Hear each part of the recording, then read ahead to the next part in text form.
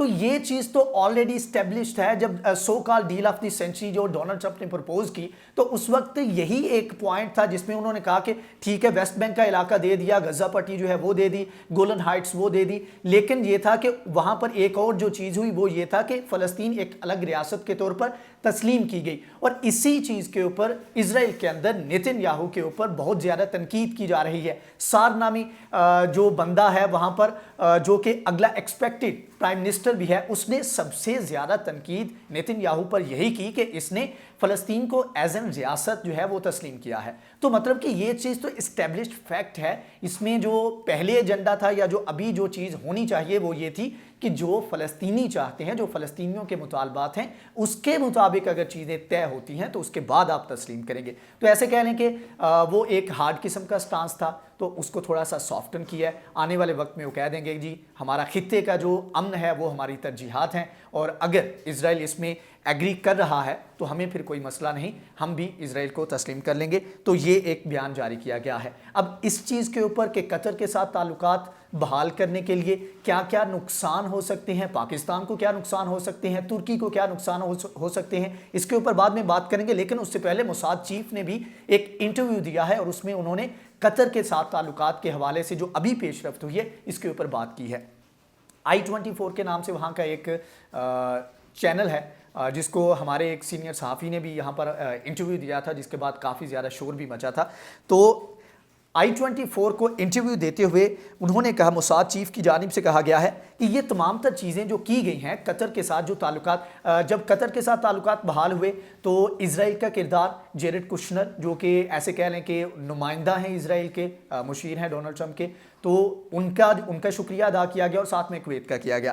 تو اس وقت جب یہ پیش رفت ہوئی تو اس کے اوپر جب کویسچن کیا گیا تو موساد چیف نے کہا کہ یہ جو پیش رفت ہوئی ہے قطر کے دیگر تمام ممالک کے ساتھ تعلقات بہتر ہوئے ہیں تو یہ ہمارے لیے ایک گراؤنڈ کریٹ کرے گا, گراؤنڈ بنا دے گا تاکہ آنے والے وقت میں قطر کے ساتھ ہمارے تعلقات بہتر ہو سکیں. مطلب کہ سعودی عرب جو کہ تمام تر جو ڈرائیو ہے اس کو لیڈ کر رہا ہے تو اس کے پاس ایک ہی مسنگ ایلیمنٹ تھا, ایک ہی ڈسٹربنگ ایلیمنٹ تھا جو کہ اس کے لیے مسئلہ کر رہا تھا, وہ تھا قطر. اب قطر کے ساتھ تعلقات بہتر ہو گئے ہیں تو اب قطر جو ہے وہ پرابلم کریٹ نہیں کرے گا, تو باقی ممالک جو ہیں وہ تو پہلے ہی ریڈی بیٹھے ہیں.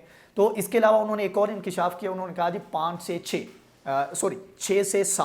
6 سے 7 عرب ممالک ایسے ہیں جن کے ساتھ بات چیت چل رہی ہے. اس میں افریقہ کے مسلم ممالک بھی ہیں اور مڈل ایسٹ کے ممالک بھی ہیں, اور اس میں مسلم ممالک ہیں زیادہ تر, بلکہ آف کورس مسلم ممالک ہی زیادہ پرابلم کریٹ کر رہے ہیں اسرائیل کے لیے. تو انہوں نے کہا ہے کہ ان کے ساتھ ہماری بات چیت چل رہی ہے اور جلد ہی یہ ممالک بھی اسرائیل کو تسلیم کریں گے. اب بات کر لیتے ہیں کہ اس کا پاکستان کو کیا نقصان ہو سکتا ہے یا ترکی کو کیا نقصان ہو سکتا ہے.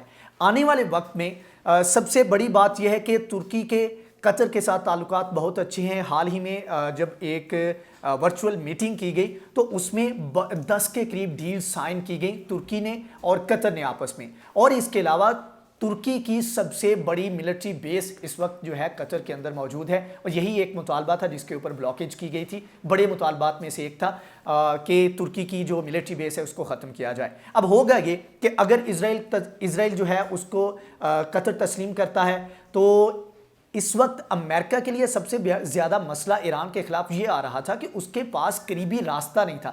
قطر کے اندر اس کی ملٹری بیس مڈل ایسٹ میں سب سے بڑی ملٹری بیس موجود ہے, لیکن وہ اس کو استعمال نہیں کر سکتا تھا کیونکہ قطر کے ساتھ تعلقات اچھے نہیں تھے. اب تعلقات بہتر ہو گئے ہیں تو مطلب کہ آپ یہ ملٹری بیس استعمال کر سکتے ہیں. دوسرا یہ ہے کہ ترکی کی اگر ملٹری بیس ختم کروا دی جاتی ہے یا ایک بہت بڑا ایک دھچکا ہوگا ترکی کے لیے اگر اس چیز کا مطالبہ کرتا ہے قطر, تو اس چیز کو پریونٹ کرنے کے لیے قطر جو ہے اسرائیل کو لے کر ترکی جو ہے اسرائیل کو لے کر اپنا سٹانس جو ہے اس کو تھوڑا سا سافٹن کر سکتا ہے آنے والے وقت میں, کیونکہ اسرائیل کے ساتھ تعلقات تو بہت عرصہ پہلے سے ترکی کے بحال ہیں. اب اس تمام تر سینیریو میں, تمام تر صورتحال میں ایک پاکستان بچے گا جس کے لیے جو اکیلا رہ جائے گا, اور جس کو ایسے کہہ لیں کہ اس کے اوپر اسرائیل نے بھی کہا کہ پریشر جو میکسیمم پریشر ہے پاکستان کے اوپر ہر طرح سے بلڈ کیا جائے گا.